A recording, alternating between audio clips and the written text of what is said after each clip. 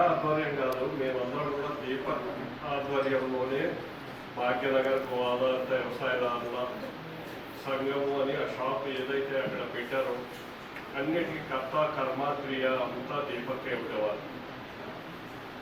So Deepak గురించి చెప్పాలి అంటే ఒక 2 ఇన్సిడెంట్లు చెప్తాము.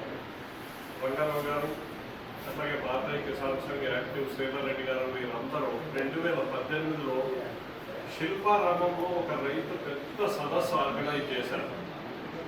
ఆ ఆర్గనైజ్ చేసినప్పుడు ముత్తా సికందర్ రెడ్డి గారిని చీఫ్ గెస్ట్గా పిలిచి అంతా చేస్తూ ఉండి మొత్తం కార్యక్రమం అంతా తనే చేస్తే సుఖేందర్ రెడ్డి గారు పిలిచి లెఫ్ట్ సైడ్ సీట్లో కూర్చోబెట్టుకొని బాబు నేను ఏ ముందు ఏం చేసుకోవాలని అడుగుతుంటే అవతల రైట్ సైడ్ చంద్రబాబు గారు కూర్చొని మా తమ్ముడు కొడుకు అని చెప్తుంటే కూడా అది ఎదకుండా ఈయన చేసే సేవలు చూసి మనం రెగ్యులర్గా కలవాలమ్మా నువ్వు ఎంత బాగా చేస్తున్నావు అని చేశారు. సో అది దీపక్ కార్యాన్ని ఆచరించే యొక్క నిదర్శనం. ఆ పేరు మరి వారి మదరు వారి సిస్టరు వాళ్ళందరూ గుర్తు తెచ్చుకోవాలి. దీపక్ అని ఎందుకు పేరు పెట్టారు? దీపము. సో ఆ తీరుగానే మనందరికీ చాలా బాధాకరమైన విషయం ఏంటంటే ఆ తీరుగా వెళ్ళిపోయాడు. మన మధ్యలో వెళ్ళిపోయినా కానీ మనకు ఒక స్ఫూర్తిగా మన బ్యాక్ సైడ్ ఉంటారు. ఇక్కడ ఉన్న అందరికీ కూడా మనసులో ప్రతి వారికి దీపక్తో ఒక్కొక్క అనుబంధము కానీ ఉంటుంది. ఇప్పుడు పబ్లిక్ గార్డెన్లో ఒక షాప్ పెడితే మిగతా ఎవరిని గుర్తుపెట్టుకోరు. ఎవరు వచ్చినా కానీ ముందు దీపక్ లేరా అని అడుగుతారని అందరూ ఎక్కడ కస్టమర్స్ అయినా వాళ్ళు ఐఏఎస్ ఆఫీసర్స్ కానీ చాలా మంచి ఆఫీసర్స్ వచ్చినా అక్కడికి వచ్చి అడిగేది ఏంటి దీపక్.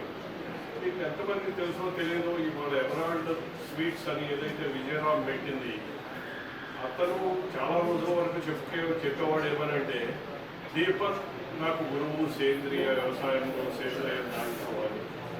సో ఇవాళ చాలా తక్కువ మంది గుర్తుపెట్టుకుంటున్నాను, కానీ దీపక్ కూడా మర్చిపోయాడు. అది మేమందరం ఎప్పుడు గుర్తు చేసుకుంటూ ఉంటాము.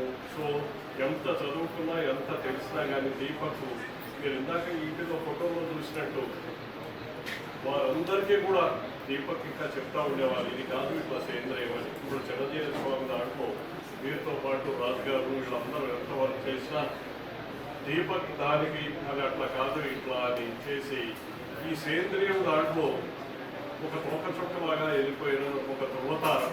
సో అది ఎప్పుడు మనం మర్చిపోకుండా ఉండేందుకు దానికి ఏం చేయాలి ఎట్లా అనేది కిసాన్ సంఘ నుంచి పెద్దలు అందరూ కూడా నిర్ణయిస్తారు.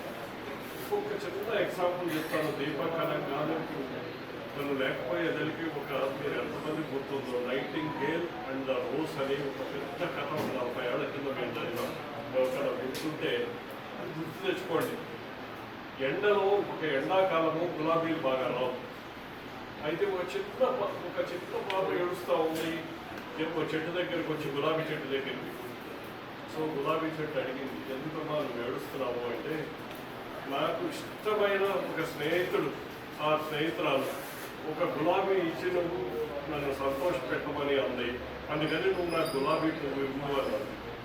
అంటే వీళ్ళిద్దరి సంభాషణ ఇది. ఒక చెట్టు మీద ఒక నైటింగేల్ అనే పక్షి ఉంది. సో ఆ పక్షి ఈ పాప వెళ్ళిపోయినాక ఆ చెట్టుని అడిగింది. ఆ పాప అడిగింది చిన్న కోరికే కదా నువ్వు ఎందుకు తెలుసులేదు అంటే ఇది ఎండాకాలము నేను పువ్వుని ఇవ్వలేను, మరి దానికి ఏం చేయాలి అంటే నీ గుండె రక్తం నుంచి కనుక నువ్వు నన్ను కంటిన్యూస్గా చేసి నువ్వు సంతోషపెట్టగలిగితే నీ రక్తంతో నేను గులాబీని ఇవ్వగలుగుతానంటే సో ఆ గులాబీ ఆ నైటింగేల్ పక్షి ఏం చేసింది అంటే ఆ చెట్టుకి ఎక్కడైతే ముళ్ళు ఉంటుందో ఆ ముళ్ళు దగ్గర గుండెకి తగిలించేసి చేస్తూ ఉంటే ఈ రక్తం ఆ చెట్టులోకి వెళ్ళిపోయి గులాబీ ఇచ్చింది. నెక్స్ట్ డే ఆ బాబు వచ్చి గులాబీని చూసి కట్ చేసుకుని వెళ్ళిపోయింది, కానీ కింద పడిపోయినట్టు ఆ పక్షిని చూడలేదు. అంటే మన దీపక్ ఆ టైప్ అన్నమాట నైటింగేల్ లాంటి వాడు ఈ సమాజానికి అంత ఇచ్చాడు అనే ఉద్దేశంతో ఇంకా మాట్లాడాల్సిన వాళ్ళు చాలా ఉన్నారు కాబట్టి తక్కువ మాట్లాడి ఎక్కువగా చేశారు.